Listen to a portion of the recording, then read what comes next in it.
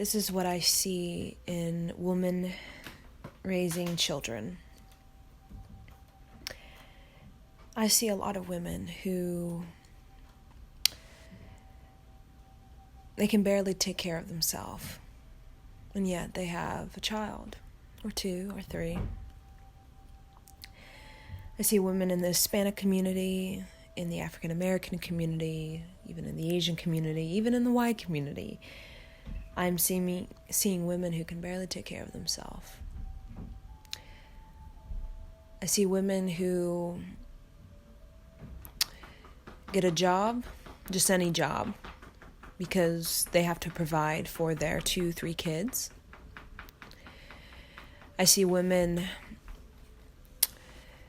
jumping into relationships because they are in dire need of emotional support, financial support, and they think that a man can provide for them.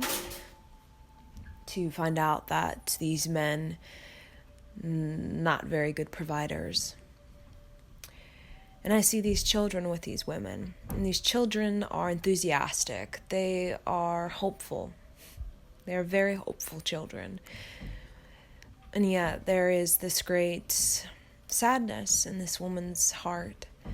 I've seen a lot of women who are single moms, okay? And I can see in their spirit that they have been deeply belittled by their male partners.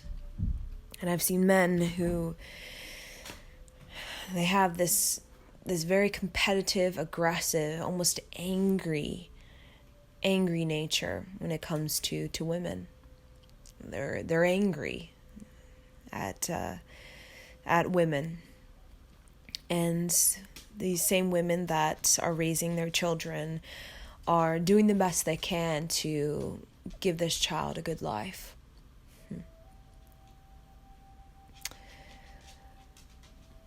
We women know that it's up to us.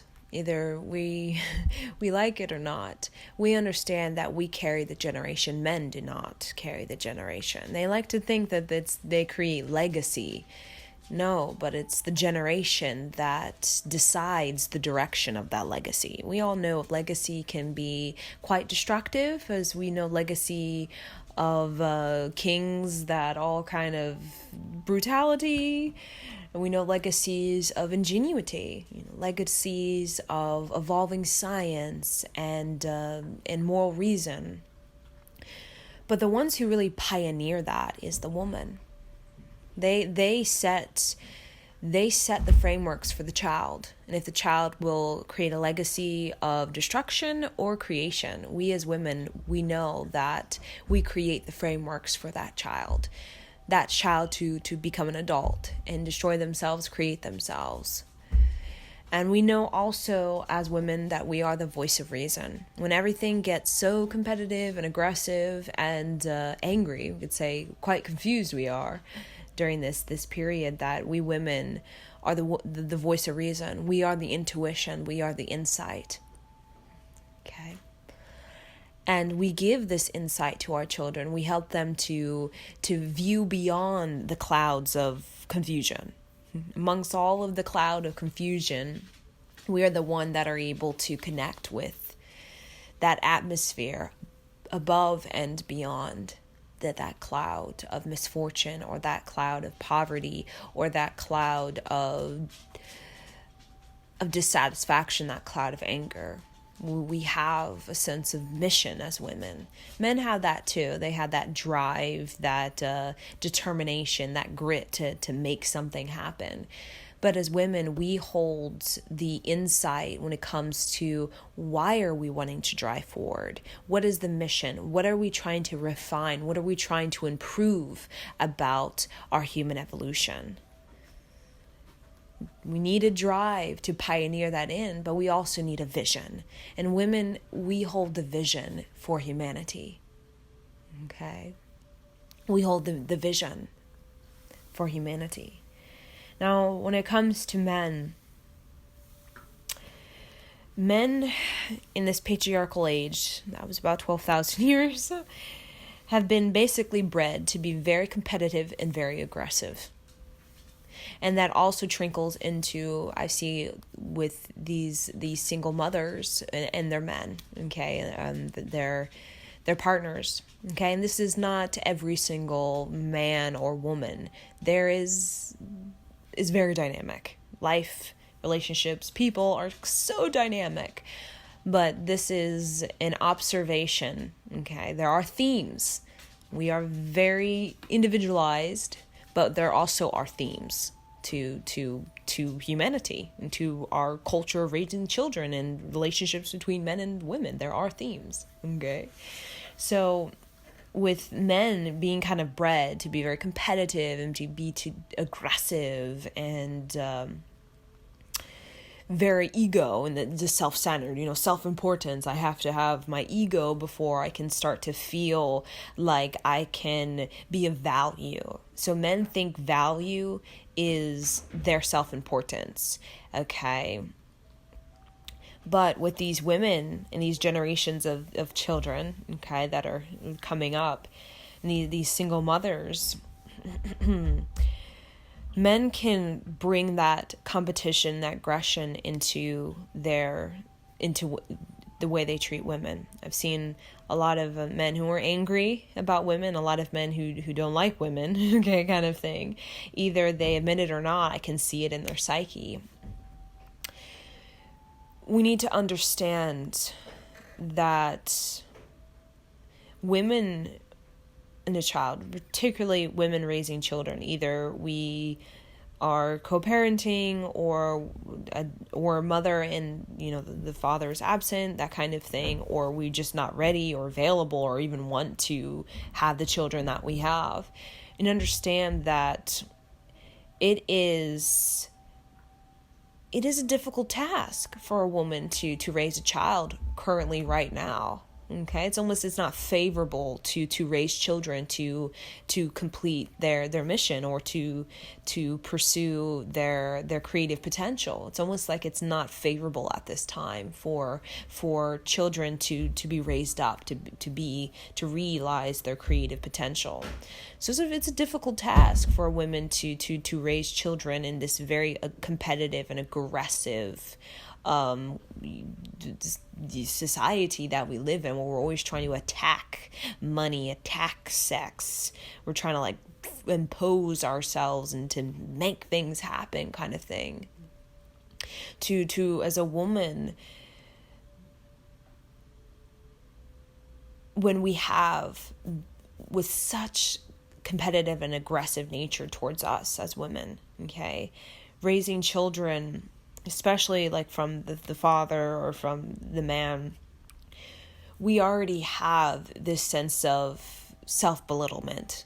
If you're a single mom, or if you're just, a mother who's recently divorced, or you're just trying to navigate your child towards their creative, realized potential, we already have this sense of self-belittlement, okay, where we question, can I actually get this child somewhere? Can I actually have the energy like a rocket and get them somewhere?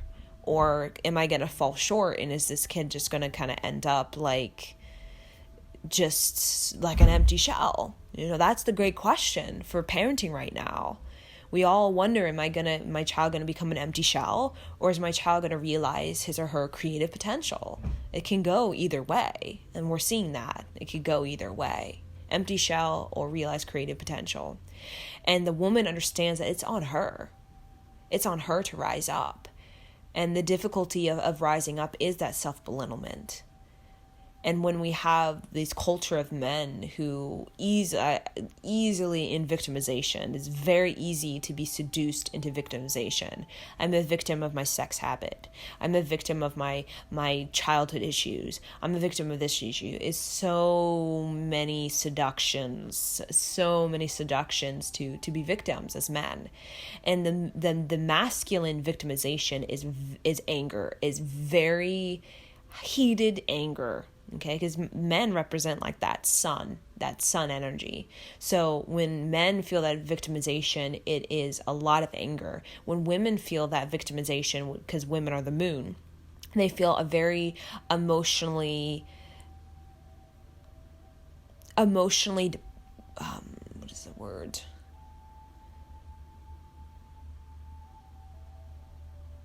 Emotionally bound when we experience as women that victimization. We feel emotionally bound, like bound down, like we're powerless kind of thing. We're powerless in our emotions. So when we have this victimization of men who are not taking responsibility, what happens is women, we step up. We've always stepped up. That's why we are still alive, because we step up. I see a lot of women who are very much trying to be that man role and trying to be that female role, and a lot of them are very wonderful at it. They're amazing at it. But men need to know that it is a collective effort. Back in the Native American times, a child born was like some sort of meteor across, like a shooting star across the sky that everybody in the whole tribe would see. Everybody in the whole tribe would stop to see that shooting star. That is what raising a child was. Everybody, the man and the women, all the kids, the elders would all kind of come to see this child born, like a shooting star. You're in awe at this shooting star that just came across the sky, and you want to capture it. You want to see it through, all the way through. We want to see our children all the way through. We want to see them all the way through, across the sky, into their destiny, all the way through into their destiny, whatever that may be for their soul's incarnation in a physical body. But our culture is very much not like that anymore. Nobody stops to see a baby born. Nobody has the time or energy to see a baby born. Nobody really cares that another baby is born, really. Let's be honest. So that's where that self-belittlement comes from as a woman, is we're not in the tribal times when a birth was the most sacred celebration of all time.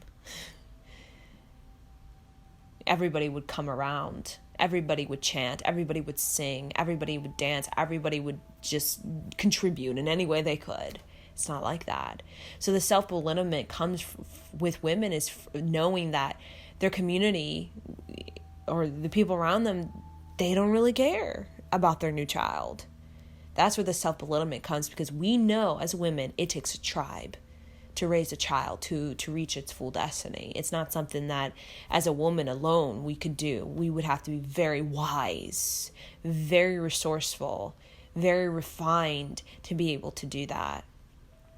Because we women represent community.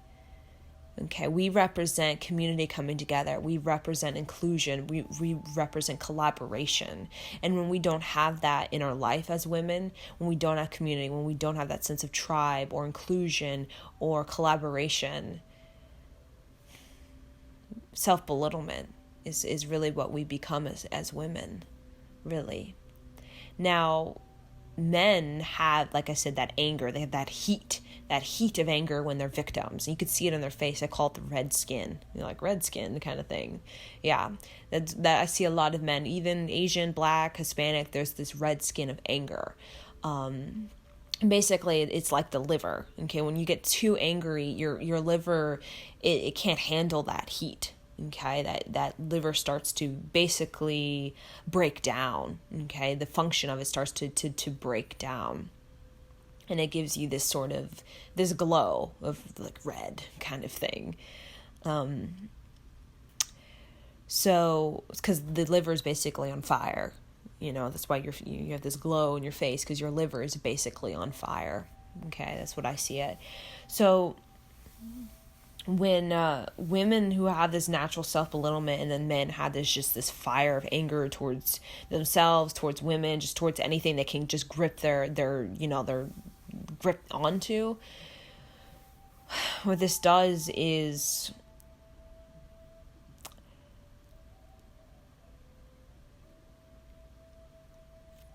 it creates a disconnect between men and women, where women can't rely on men. Okay, women don't trust men, and because they don't feel safe around men. There's a lot of women who don't feel safe around men, and then men don't value women, and therefore they don't respect women. That's what that creates. Okay, the self belittlement of the woman, and then we have the raging anger of the man. It just creates this disconnect. Okay, and we see disconnect in our culture a lot, where women don't feel safe. A lot of women don't feel safe, and that's why men are not getting deep intimacy. They may be getting hot, quick sex or whatever like that, but they're not getting intimacy. You ask any man, have you experienced like a deep spiritual intimacy? A lot of them be like, probably not. Probably not. Because women, they're the ones that create this, what we call a spiritual mission. Have you ever thought, I'm on a spiritual mission, meaning I'm here to be a humanitarian, to be an environmentalist, to refine and improve the human evolution? Have we ever thought of that? No, because we don't have deep intimacy on planet Earth at this time. We don't. And that's why we kind of treat our emotions like we kind of treat the McDonald's bag we throw out the window of our car while we're driving on the freeway, that kind of thing. Or we kind of ghost each other, not really caring about each other's feelings, because we don't feel intimacy with planet Earth. We don't feel intimacy with the horses. We don't feel intimacy with the donkeys. We don't feel intimacy with the ocean and the orcas in the ocean. We don't feel intimacy with the great forest, the redwood, or something like that. We don't feel intimacy on this planet Earth. And that's why a lot of us are feeling like this, I'm an empty shell. Empty shell cannot create a realized potential for a child. In order to have that realized potential, there needs to be a craftiness. There needs to be a creative spark. An empty shell is not a creative spark. But just like any kind of shell, pearls do come out of shells. Okay? And women do have that. They are in their finest. They are a pearl. A very precious gem. They are a pearl, not an empty shell. They are a pearl. They are even a diamond as well, pressed down by the weight of this world, pressed in through the cold, rough it is. They can become a diamond, a very refined, wise, elegant woman. And men can become that courageous revolutionary, like a general who pioneers the people into a more dignified human populace. So with that disconnect, with that raging fire of men and that self-belittlement of women,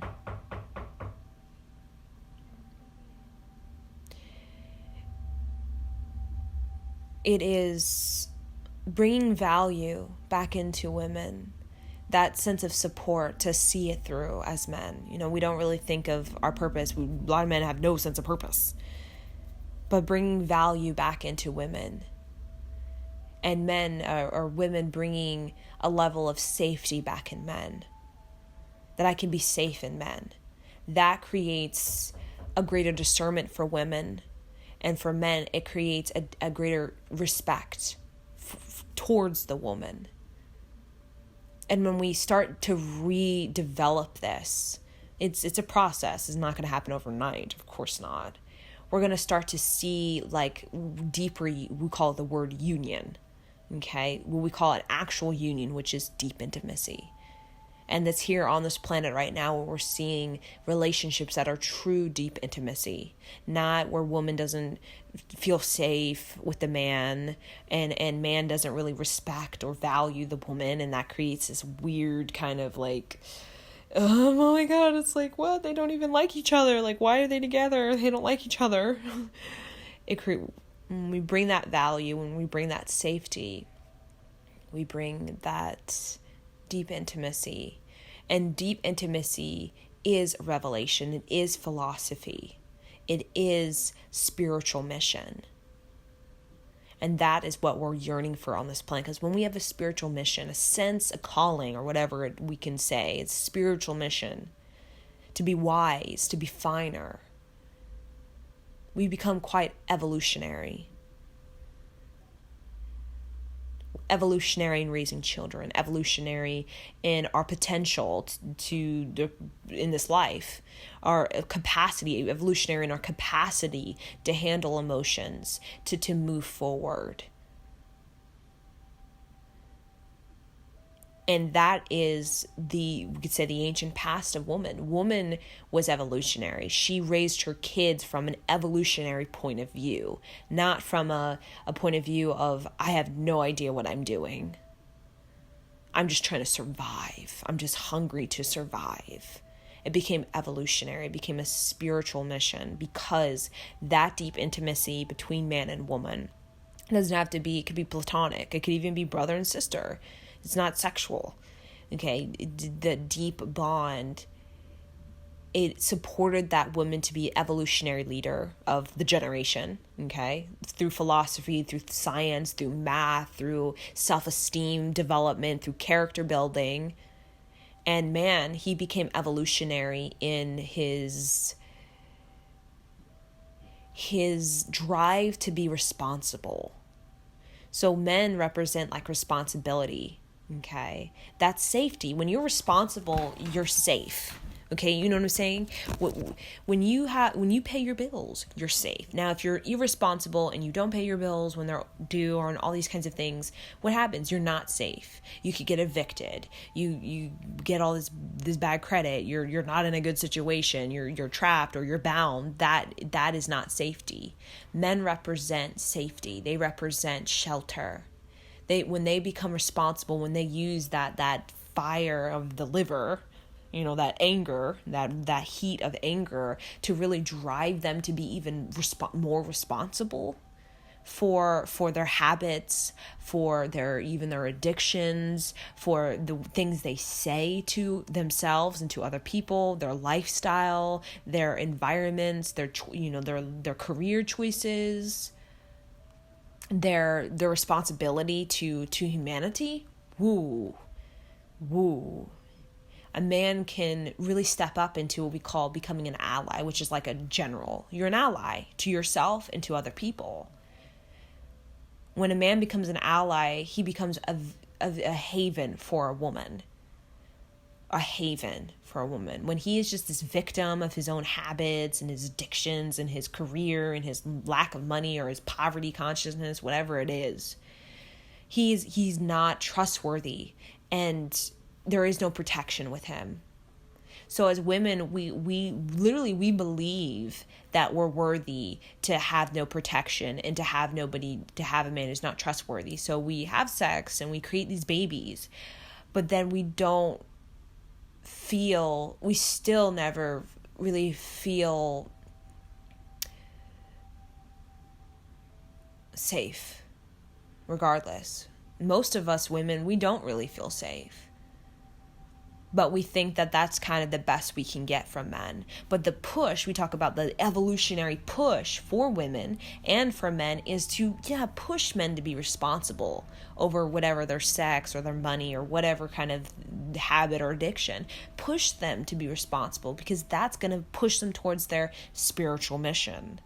And as men, pushing women, push them to be more evolutionary, meaning to be more creative and to be more sovereign and to assert their authenticity in a very bold way. To like Joan of Arc, like Lady Liberty, to speak on behalf of the evolutionary intention for this planet, to be a humanitarian, to be environmentalists. When we really push each other in this sort of way, men and women, really push each other, challenge each other, like, you need to... That's when we can experience deep intimacy. And any man, who goes for a woman that's just like, yes, okay, yes, I'll do what you want. You want me to, bend over? I'll do what you want. That, for a man, that control feeling, it never leads to intimacy. Okay, it's almost like it's kind of like what is the word, cop out or something. It's not sustainable, and it's not real. It's not a real feeling of being on a spiritual mission. or a woman who is experiencing, just a man who kind of just does whatever he wants, and she likes that. That's never a real fulfillment. That's never a real fulfillment. Real fulfillment for man and woman is deep intimacy through safety and through responsibility. Man has responsibility to woman to make sure that he doesn't F her up, kind of thing. What we saw, mess her up because of his anger, because anger is one of the most destructive energies on this planet Earth. Anger, that heat of anger. So being responsible for not what we call messing a woman up, and then woman having this evolutionary spirit to choose male partners that are going to value her and going to respect her. That is her evolutionary path, and how she can to rise up. What we talk about, becoming her inherent right to evolutionize the generation. That is her purpose, to evolutionize the generation. So this is kind of my current on the disconnect between men and women, and how we can kind of get linked up so we feel more safe, we feel more responsible, and we feel less kind of at each other's throats. I've seen that kind of thing in people's auras, where they're just a lot of unexpressed emotions, a lot of just boiling up, a lot of incompatibility going on, that we kind of just suppress, we don't really care, as long as they have just some of these things on our list. But as women, it's really our choice. We decide the relationship, not men. We think, in the patriarchal age, women basically stand in a line, and a man would say, I choose you out of the line. But that's not in reality, in nature. Nature before this patriarchal age, it's usually women are picking the men. Birds pick men. Orcas pick the male. Okay, it's not man putting women in a lineup and I pick you. It's women putting men in alignment and saying which one is the strongest. I pick you to have my baby with. That's orcas out in the ocean right there. Okay, or elephants. Okay, kind of thing. So with that natural rhythm of male and female interaction, it shows us as women that yes, we have to be very particular about our partner, especially if we're raising a child. Out in the ocean, orcas will never pick, they're not going to pick just any orca to have their little orca baby with. They're going to pick the one that's most responsible, and how orcas know who's the most responsible one is the strength of the male. Okay, the strength of the male. Even the patriarch of elephants is usually a very strong male. Even when it comes to the patriarch called the lion, it's usually who's the strong male. The strongest. And when it comes to human males, who has the most responsibility over their emotions, over their intellect, over their habits, over their addictions, that is strength. Okay, that is strength of man. Okay, strength of women is how evolutionary is she? How sovereign is she? That's a woman's strength. How much is she asserting that evolutionary pioneership, leadership, spiritual leadership on this planet? That's her strength. So as women, when we are very conscious in choosing a partner, a male partner who is very responsible. Now, we're not looking for perfection. No, we're not. That doesn't really kind of exist. But responsibility. We feel safe. So we really need as women to look at safety above all things, especially right now. If a man's not responsible with his own life, most likely we're not going to be safe with him. We're not going to be safe, and therefore intimacy is going to be, it's not going to really go anywhere. It may be, you know, a quick hot sex here and there, but it's not going to go anywhere. We're not going to actually bond with this person. We're not going to be having a spiritual mission with anybody. You cannot have a spiritual mission with your tribe when your tribe is not responsible. You cannot. There is no spiritual mission. Okay? You cannot have a spiritual mission without a sense of vision, without a sense of evolutionary pioneership. You can't, as a woman or man. So this is kind of the resonance of the ancient, even Native American times, on how we interacted and how we kind of viewed the dynamic between man and woman. So I remember these ancient codes, or you could say these templates of these many periods on this planet before this patriarchal kind of design of Native Americans, of we call even Mesopotamia, long before, you know, the first kind of dynastic mindsets. Okay, even the Mycenaeans, the Minoans. Even we talk about the Egyptians and the template of how we interacted with each other as man and women. Okay. So that was just kind of like an overview of